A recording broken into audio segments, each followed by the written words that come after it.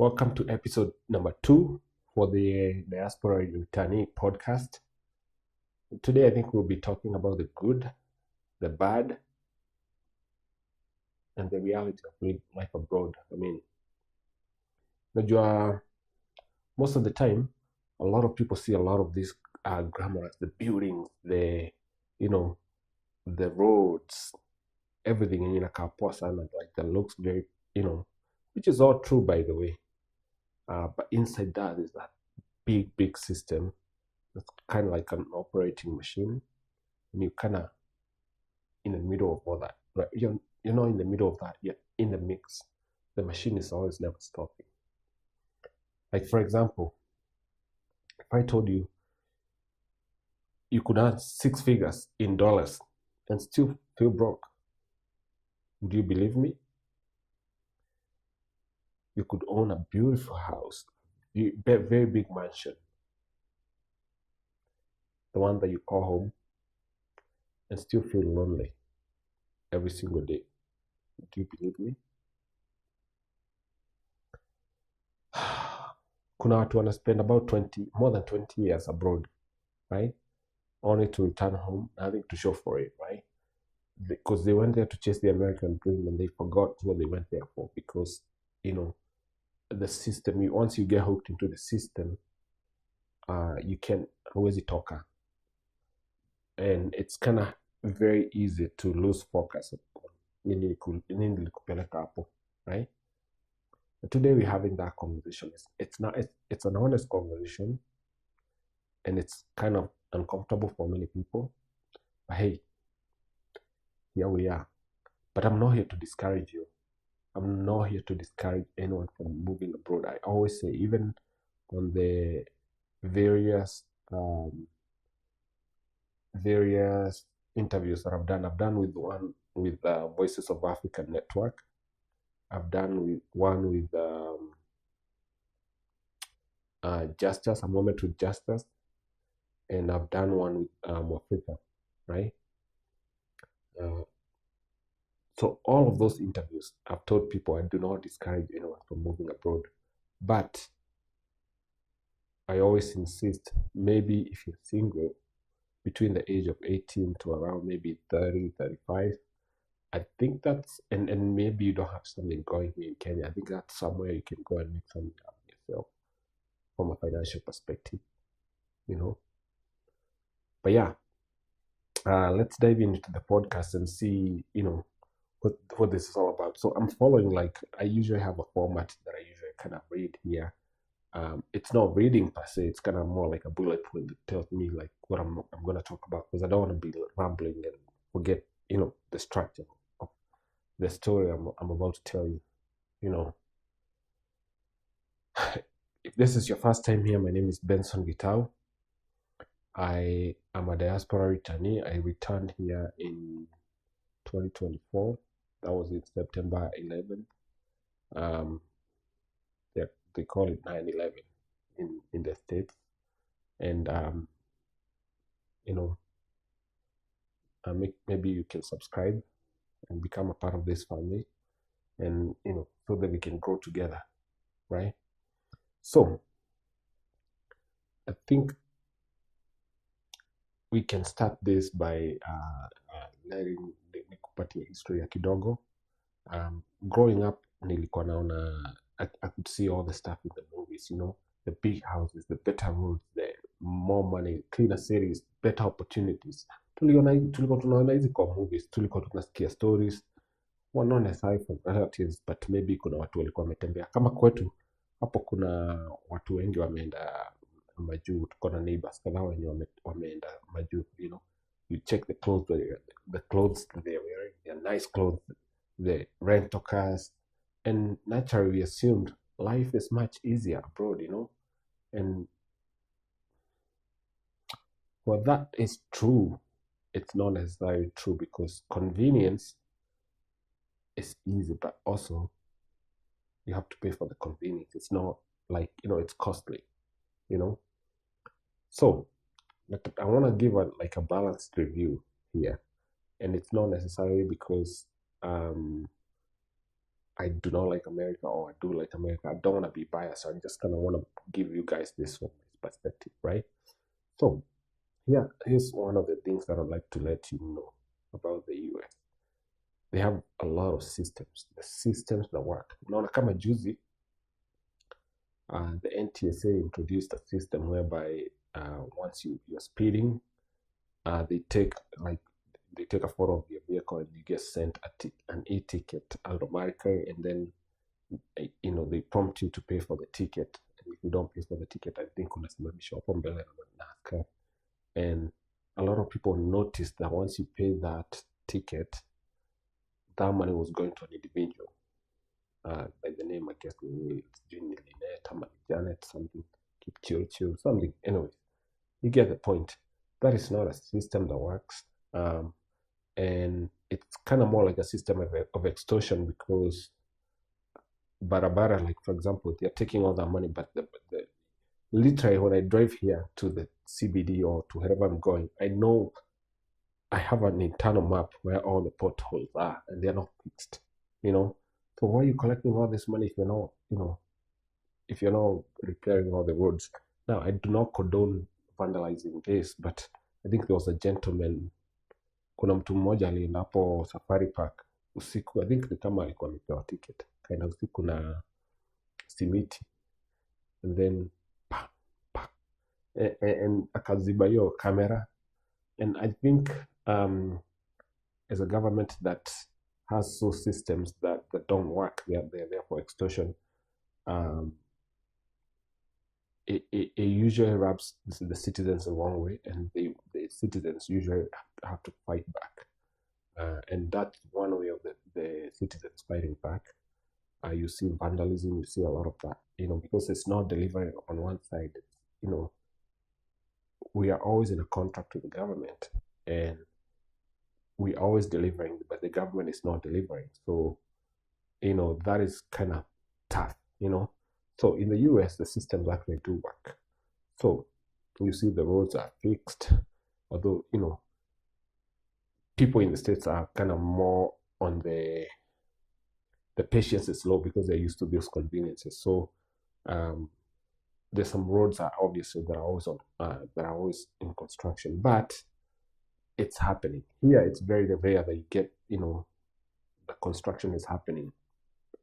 So the systems that work, even in healthcare, even in like for example, for traffic lights, the pedestrians have a right of way. Unafinya mahali unavuka barabara, kama watu wamesimama, watu wanatii mataa, people are obeying the law. Here is just total chaos about that.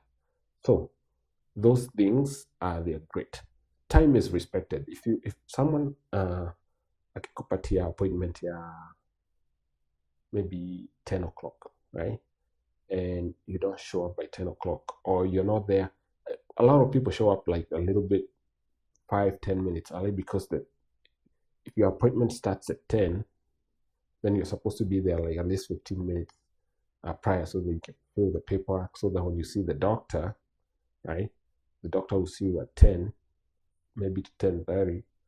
So if you arrive there at 10, you'll still get seen, but it's kind of more like an inconvenience to the doctor, because the doctor has to wait for you, and then you're eating the time into the other person's. Now, if you come 15 minutes late, they cancel the appointment and you have to reschedule and come at another time, because they have to, they have a schedule for a reason, and the schedule is there. It's respected, right? And then there's professionalism, right? So huwezi kuta, like for example, you're in a government office, not necessarily even in the government office, you umeenda Safaricom or wherever, you will find that those people are not rude in general. Some are, but in general, watu sio rude, professional. Watu wamekuja hapo si kama hapa sometimes unaenda NTSA unakuta watu wanaketi tu hapo wanacheka, wanakula githeri. Something about professionalism that's kind of lacking. But over there, those systems do work, right? Tutoke hapo tuingie kwa infrastructure, right? This infrastructure, the roads, like if you go to Katy Freeway, it has 16 lanes, right? 16 lanes. Unasikia, that's the biggest highway in the world. And the traffic lights are working. The drainage is well maintained. So kukinyesha, hata kukiflood hiyo maji bado itaflow na iende. It's not the same, right? Now, when it comes to career, right? Let's say for example, hapa nimesikia watu wengi wakilia ati mtu akitaka job lazima uungane ndio upate job. For the most part there, the jobs are, you apply the job, you go for the interview, and if they like you, you get hired.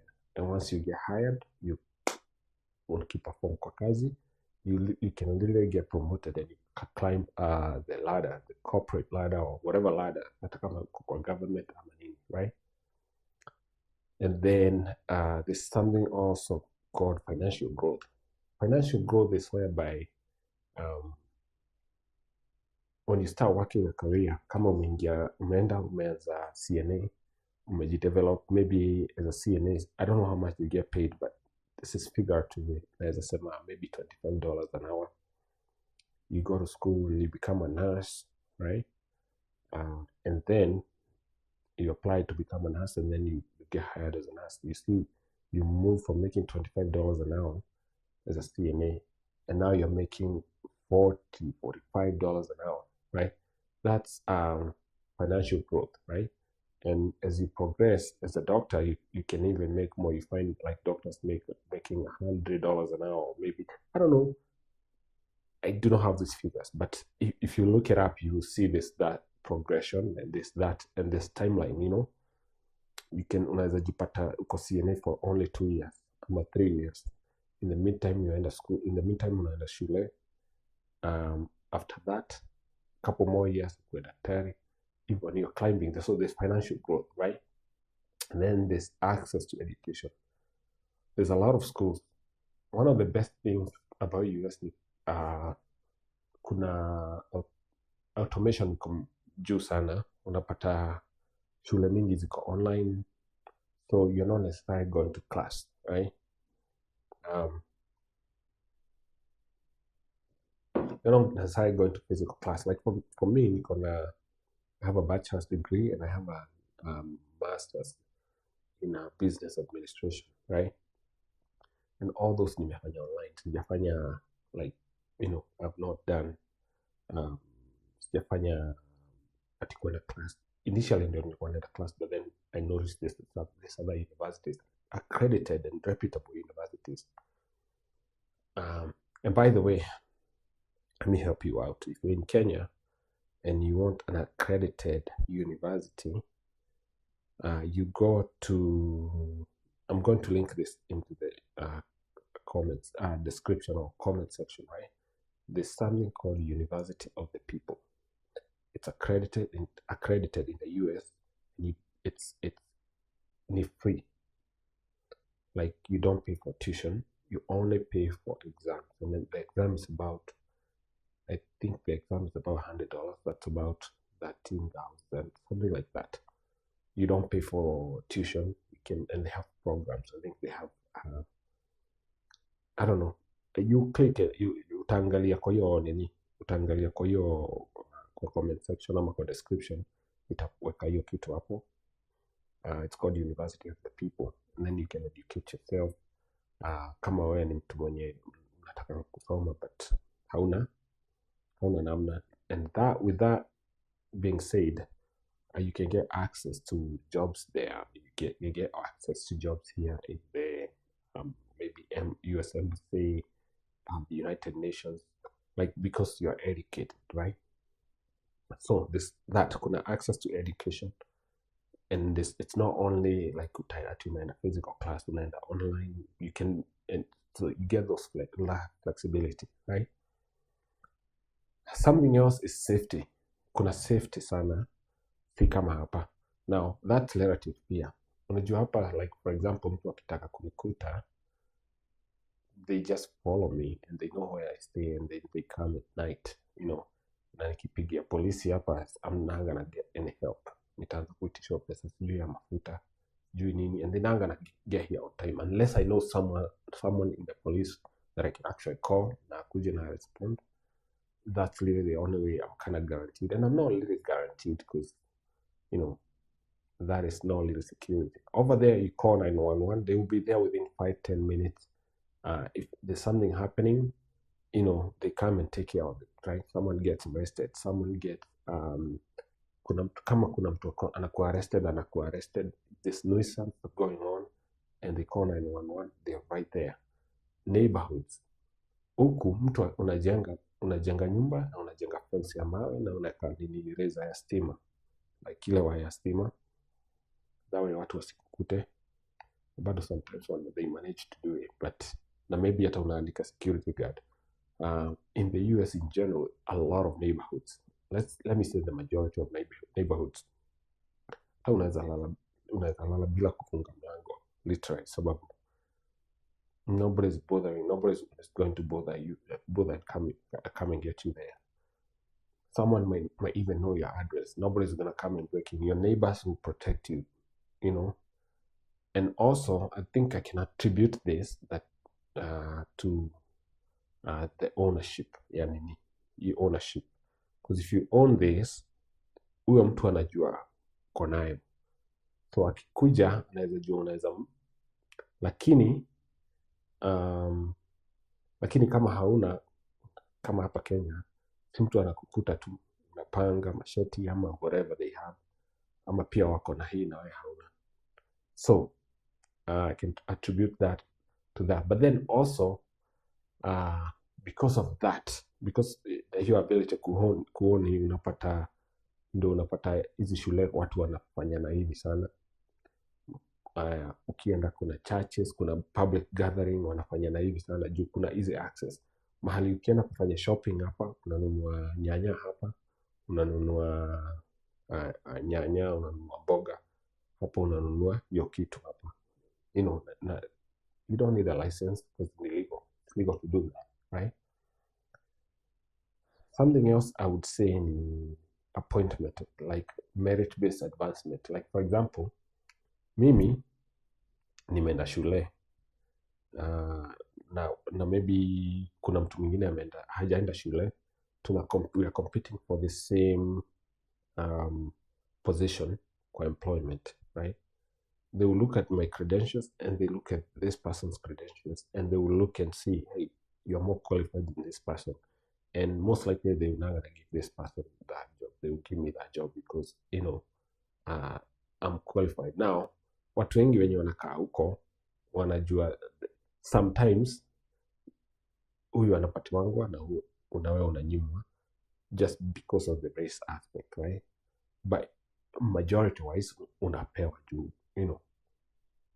unapewa juu, like ni merit, si ati unapewa juu mnajuana na huyo mtu ama nini. So there's that, right? So those are the things that naweza sema US, America, they got it right?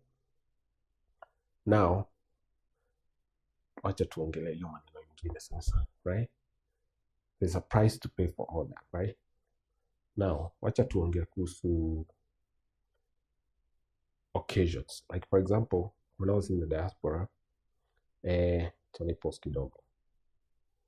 So when I was in diaspora, my dad passed away in 2018. I think on the previous episode, I told you guys about it, right?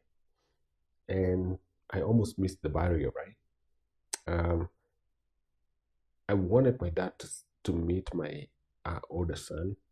I think he's 13 now. He was born in 2014, right? 2014 to 2024, that's 10 years. 2024 to 25, 25 to 26. I think he's 12 actually, turning 13. Yeah. I think he's turning 13, yeah. Anyways, I wanted my dad to meet that kid, but, he didn't make it. I also wanted my dad to meet my wife. They did not meet, although they were talking over the phone, and, could communicate. So that's a price I had to pay because I was outside. My dad didn't get to meet my wife, didn't get to meet my son, right? So, and I almost missed the funeral. I didn't, but I almost did. Although I did miss my aunt's funeral because I was there, right? I have my friends here wameoa, they got married. I missed all those events. I missed the weddings, you know. I missed a lot of birthdays with my brothers and my sisters, my siblings, right? Um, so those are events that I missed, right? And then to the holidays, right? You find that most of the holidays you're working. There's a work culture in the United States. People are not lazy. Watu wanajituma, and most of the time it's because of the bills. You have to pay everything. You have to pay, like literally. You can't. Hakuna kitu ya bure. You have to pay for everything, literally. Haya. And then kuna stories about weather, although that's like in different states. So kama wakati nilikuwa nakaa Washington, there's a lot of snow. You don't experience snow here, right? So the weather varies. So unapata mwili yako, you're not used to snow na hiyo baridi, and if you're not careful, you can get frostbite, right?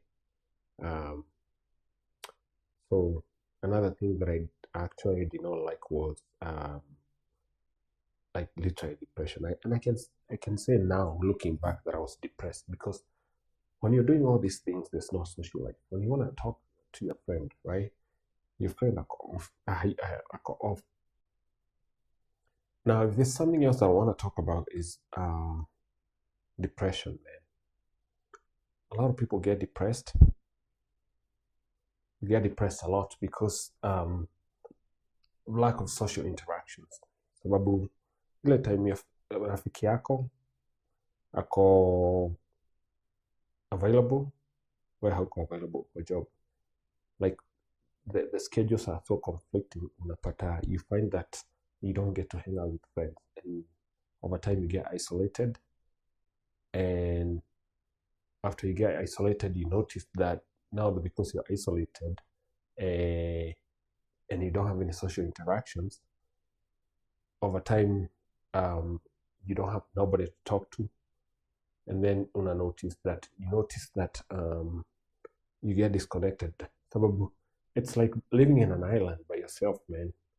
It gets lonely, So, and because of loneliness, it creates depression, And because hauna mtu wa kushare mashida, that's why the rates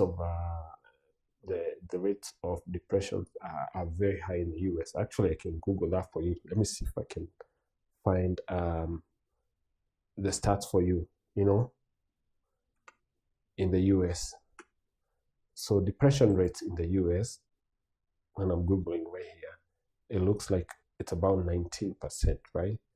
So it says nearly 51 million US adults, about 19.1%, currently experience or receive treatment for depression, with lifetime diagnosis hitting nearly 30%, right? Now let's do that in Kenya and see.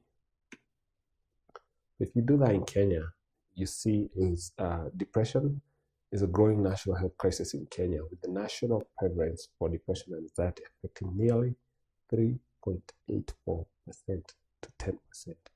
So you see those numbers, they are very, very different. So my point this is my point. Because of loneliness, it leads to depression, right? And it's all kind of intertwined, right?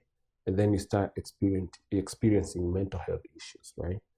And because you're thinking, kila kitu ni bill huko. Like for example, lazima ulipie gari. Okay, for the most part sikuwa napenda gari alone. So nilikuwa nanunua gari cash.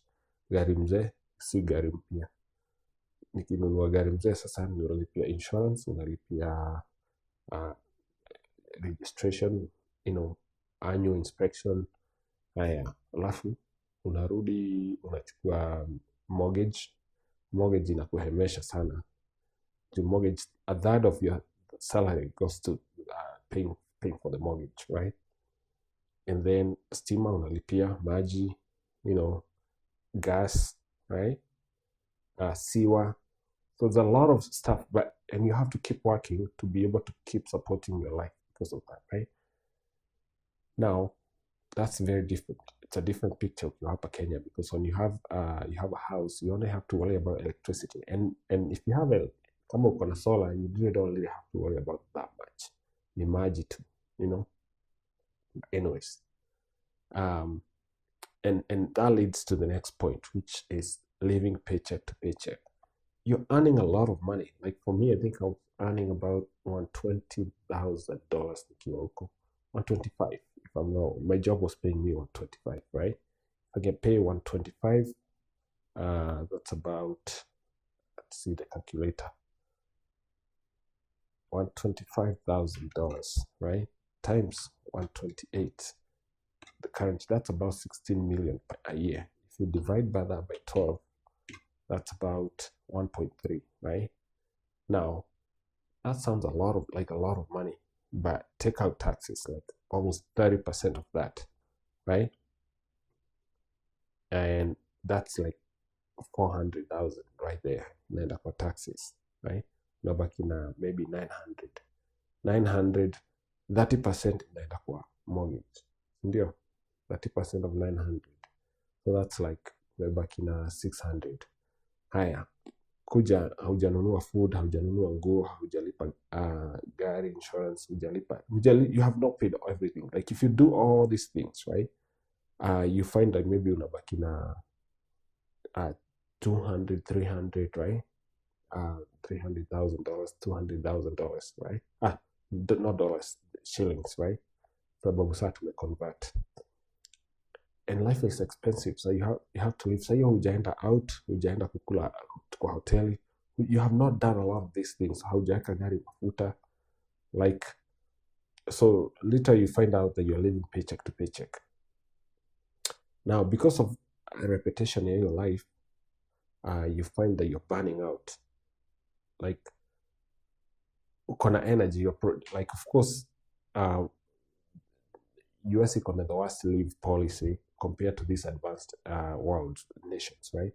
Unapata you get like maybe 3 weeks off per year, wiki tatu na tu holiday hapa na pale, and man, it's brutal. Anyways, you burn out, and I've seen a lot of people who have burn out. A lot of people who are in healthcare, they burn out very quickly because they are giving, you're giving, and you're not receiving. And when I say giving, I'm not meaning in terms of money. I'm talking about emotional giving. Because you are caring about your patients, you're caring about everybody wants a piece of you, and nobody's giving back to you. So you get this burnout, you know. One of the other things pia ni the kids, watoto. You find that you raise kids without the involvement or without the support system of the extended family. So they don't know each other, you don't get help. Watoto wako wanaenda daycare.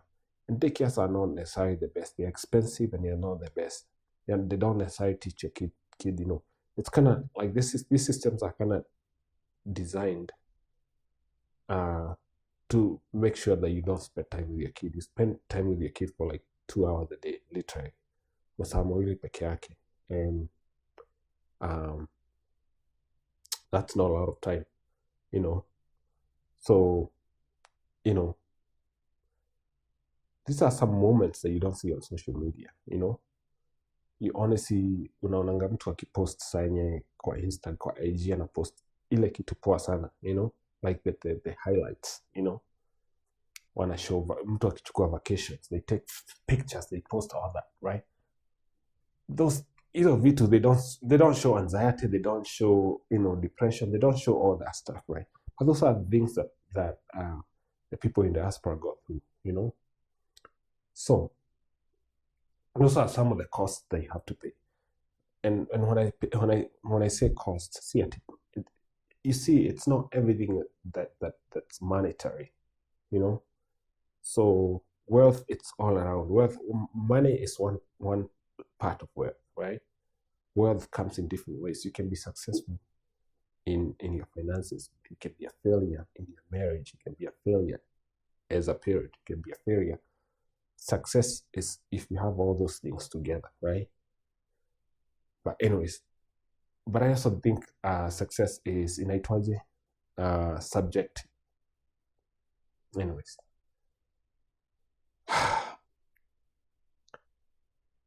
with all this, but that being said, you notice that you're earning all that money, but that does not constitute to happiness. It does not automatically mean happiness. Sometimes you earn more, but you laugh unacheka less kabisa. You buy a big house, but it feels emptier. You become financially stronger, but you're emotionally weak. Let that sink in, man. Hiyo sio kitu. Those are things that a lot of people don't talk about, right? Anyways, alafu sasa tunaenda kwa segment ingine ya Wakenya wenye wana investing back home, right? So over time, when you move to the US as a diaspora, you notice that unapanganga hata kukaa huko. You don't ever want to come back here because of the inconveniences that are here. You notice that a lot of people tend to plan their life there, right? But over time, you start experiencing these episodes of burnout. Unaona hii ni system, and because hata food yenye inakuliwa huko sio healthy, ni GMO. You notice like it's a cycle. Unapata unaenda job, unarudi home, unalala, unaamka, hivyo, right? Ile chakula unakula hata sio healthy, ni GMO. Over time, you get diagnosed with cancer. You become a part of that machine, So, but I've noticed a lot of Kenyans, they've woken up to that. Wengi wamerudi, and people are still investing in Kenya. Not right now. Hii trend imeanza kitambo. Mtu anakuja ananunua land, right? Hata wenye wanakaa abroad sahi, ukiuliza mtu ako na land, wamenunua land, wengine wamejenga, wengine wameanza businesses hapa Kenya, right? Because home is not just a place, man. Ukiwa huko, you just know you're on borrowed time, right? So, hapo sasa ndio tunakujia kama Jambo Home Ventures, because I think because we went through all that and we know the quality of life that's there, because definitely quality of life is there. We feel like we can fill in the gap ya wale watu wenye wako diaspora wanaweza. Kuna watu wenye wamenunua manyumba hapa, and then when they come home they find like they're done. The developers wamefanya job shoddy, right? So we as Jambo Home Ventures tunaendanga site, tunaangalia hizo nyumba developers wenye wana advertise, then you have no idea how many houses have turned down from advertising, right? Ukiona sijaweka nyumba mahali is because I went there and I actually verified it. It's a lot of happy work, and I noticed hauwezi uzia hii mtu. You can, of course there's a lot of rogue agents, there's a lot of rogue realtors wenye watakuhype wakwambie nunua hii. Like us, we had the house that we live in we live in right now, ilikuwa na issues. These are issues. We had to put in like 2 million to fix those issues after we already paid for the house. But anyways, my point is we can help you guys who are when you wanna decide kuinvest hapa. Kama ni land, naenda tuna make sure that kwenye like it's not a flood zone. Kama ni land unataka kununua, unaenda make sure that the due diligence, title iko na green card. Ukifuata hii shamba ni clean, haina maneno mingi. Sorry about that. So anyways, that's why for me this is more than a community, sababu unaweza rudi na uniulize swali. Now kuna watu wengine maybe budget yao ni kidogo, hawezi fika bei ya hizi nyumba zenye your quality. However, and you can buy maybe a house like we did, and you kind of modify, you put a little bit more money and you modify it and make it bring it to the standard that you want. So that's something we can help you with, right? Aya, then tuende kwa kama unakaa abroad, right? What's one thing that you love about being there? Honestly, let's weka kwa comment uniambie mahali uko, na like kama uko Atlanta, you tell me what do you love about that, what do you love what do you like about Atlanta, right? Alafu pia niambie, what's one thing you struggle with ukiwa diaspora, right? Na kama una watch from Kenya, what's one thing, right? You think people abroad misunderstand about life back at home, right? Let's have an honest conversation in the comments. I would like to see that, Anyways, one thing nimelearn ni kwamba every country gives you something, right? Hapa Kenya una struggle kipesa, right? US una make pesa, but then hapa you thrive socially, your mental health, your everything, you thrive here, right? But you also have to sacrifice something. You can't get everything that you want in one country, right? The question is yenye niko nayo kwa watu wote, right? Which country do you think is perfect? The US ama hapa, right? And also, before you move to the States, ask yourself, what sacrifices are you willing to make for the life that you want? So anyways, my point ni I think leo tumeongea kuhusu zile vitu mimi personally nilifind zinakuanga poa the US, zile vitu zile costs you go through, zile vitu ugly, right? This doesn't mean that this is somebody else's experience. This is our experience, right? So anyways, I would like to hear from Kenyans who have returned back home. What made you return back home, right? And also, the Kenyans in diaspora, are you thinking about coming back home? And if you do, what's making you think of doing that, right? And if you're thinking about doing that, contact us so that we can help you with your real estate journey, so that you can get settled here. Kama ni land, kama ni shamba, even kama uko na property, na uko na watu wenu, and they're not doing something in your best interest. Maybe ulipatia mtu wenu nyumba akumanejie, and then you notice they wanakuambia haina mtu, na imekuanga na mtu brother kwa ama sister kwa ama auntie yako anakula tu rent, na wewe ulijenga hiyo nyumba. Give us that job, and then sisi tunakuanga straight. We take videos, we send zinaitwaje, reports about your rent. We send everything. Kama kuna repairs zinahitajika, we send that to you.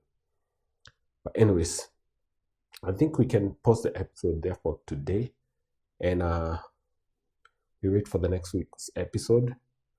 If you want to contact us, you can do it through social media, or namba yetu ni 0742318802, and we can help you with your real estate needs. Ukiingia kwa description utazipata. You see what services that we offer, and we're looking forward to getting in touch with you and helping you in your real estate journey.